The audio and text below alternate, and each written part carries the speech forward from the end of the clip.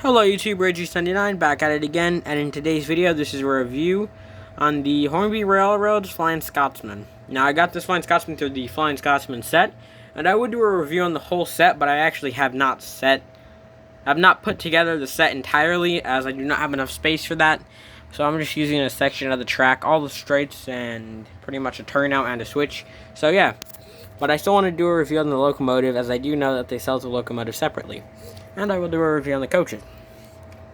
So here's the Hornby Flying Scotsman. So let's see if I can get a tripod working. So yeah. Okay, so I managed to tape together my broken tripod because the glue that actually held the tripod mountain, broke. So now I taped the tripod mountain. It's kind of weird and hard to explain, but pretty much I got it to work, and that's the only thing that matters. So let's take a look at the... I'm going to do this differently, and I'm going to look at the tender first, because that's how I usually do my reviews. Alright, so let's lighten up that contrast real quick. So as you can see, it says LNER. LNER is one of the biggest railways, or one of the most well-known, I should say. So, as you can see, it has some white lining around here, which the Flying Scotsman is actually the only A1, or I'm pretty sure it has A3 mods at this point, as most A1s were converted into the A3s. But it is the only A1/A3 to be, is the only one that has not been scrapped, and it is the only one in existence still. So, as you can see, this is LNER, like I said before, and this was actually, I don't want to say this is one of the first trains, but Flying Scotsman does have a corridor tender, which pretty much means if the crew needed to switch out, the crew could just simply go through that door right there up on the side. The crew could go through that door right there on the side, or right here, this door right here, and that would take them to the side of the tender, and it would take them up to the back right there, which then this would go into a carriage so crew could switch. And a fact that just came to my mind is Flying Scotsman was actually a non-stop express train, which meant that they didn't need to stop the train for the crew to switch, which is why the Flying Scotsman actually does have the corridor tender. So detailing the tender is pretty nice. You have some coal just spewing out, and you got some more stuff up there. I'm not the biggest train buff. I just like the way that they look. So excuse me if I'm getting things wrong. You got some shiny buffers right there, and you got the hook and loop coupler that Hornby is known for. So yeah. So moving on to the engine, which here's the engine, Flying Scotsman. Now, this is the railroad version. I only own 2 Hornby locomotives and 1 Bachmann at this point in time.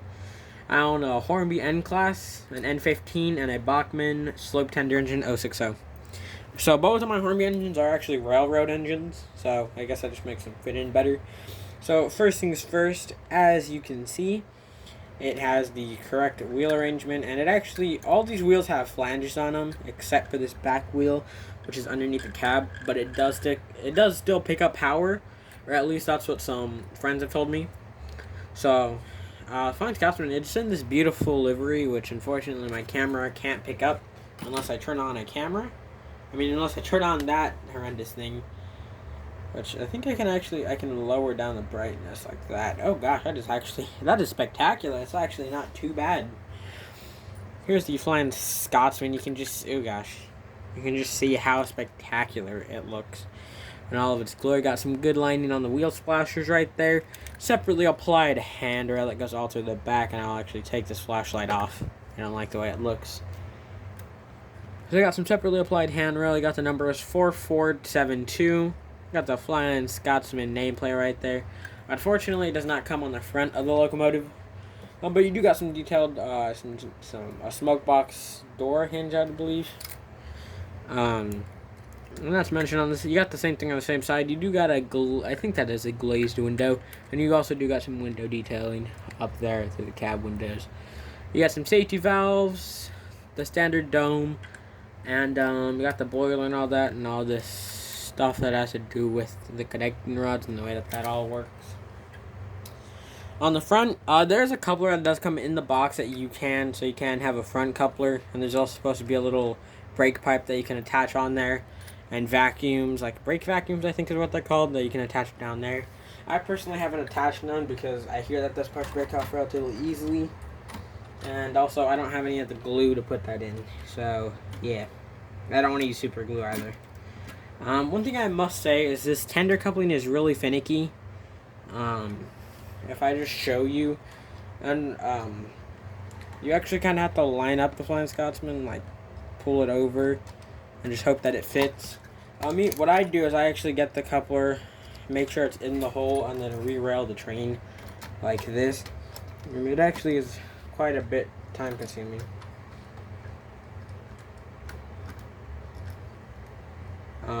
Sorry, I usually tend to be silent when I'm re-railing a train. That way I can put my full focus to it.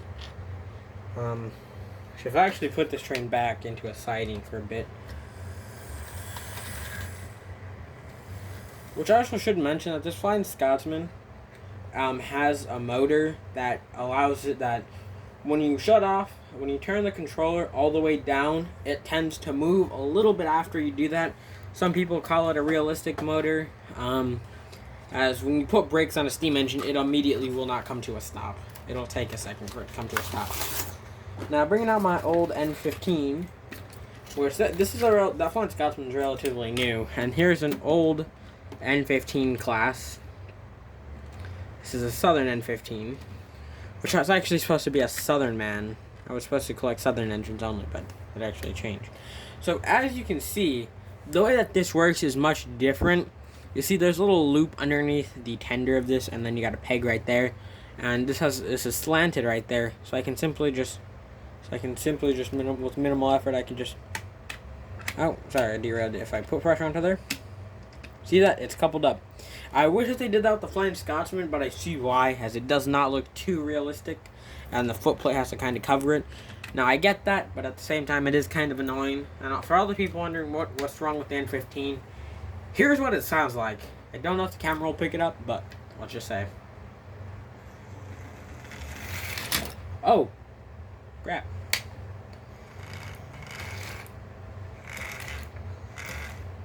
Hey dear, I forgot to set the points. Sorry, guys. I'm getting used to this whole point thing. Is that straight? Could be wrong there, bud. Yeah.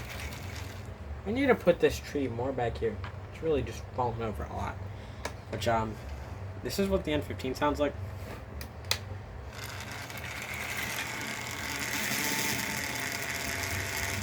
I don't know if you can hear that, but the N15 has not ran since 1978, and I have not oiled it yet, although I am working on getting oil. I'm probably going to go to my model shop within a week of me recording this, which I'm recording this on the 18th, December 18th, 2021. So, yeah. This Hornby box is literally falling apart. This is the N15 box, which, hopefully, when I go to the model shop, I'll be able to pick up some lubricant and some more stuff. Maybe some train boogie. Which, for all the people wondering, how does the Flying Scotsman come stored when you get it? If you haven't seen it, it comes in the Hornby ice block packaging, which I personally love because I can toss this, and unlike the styrofoam, it won't break to pieces and it'll go everywhere. So we've had a look at the Flying Scotsman, so we'll take a look at the coach. So these are the LNER coaches, which I actually have some on the back, as you can see, that are on some Bachmann nickel silver easy track, because I do not plan on using that. I do not plan on using it anymore.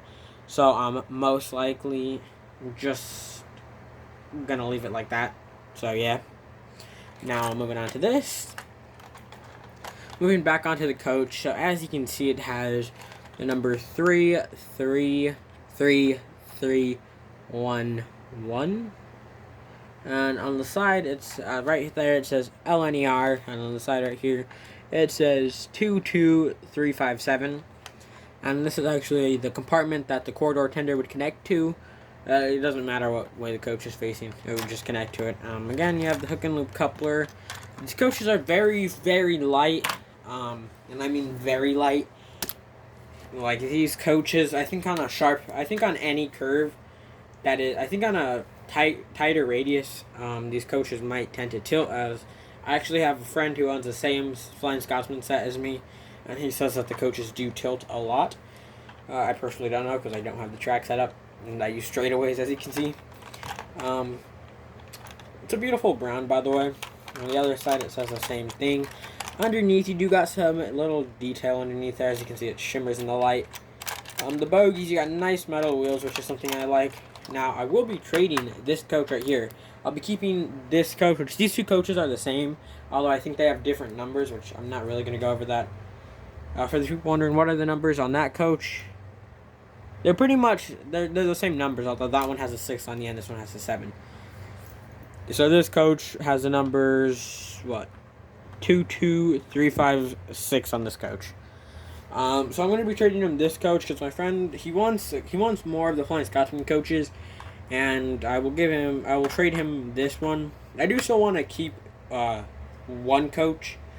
Which I wanted to keep this coach actually, but then he said he didn't want to break a coach, so yeah. The thing is I just want to have at least 2 coaches that the Flying Scotsman can pull, or just any one of my locomotives can pull, but at the same time, I also do want to have a break coach. That way it has just a tiny bit more of realism in it. So I will be trading him this coach right here. So the Flying Scotsman set will be kind of broken up, but at the same time, I don't plan on reselling it, and even if I do, Flying Scotsman will probably go more. The Flying Scotsman and the coaches separately will probably go more than the actual set.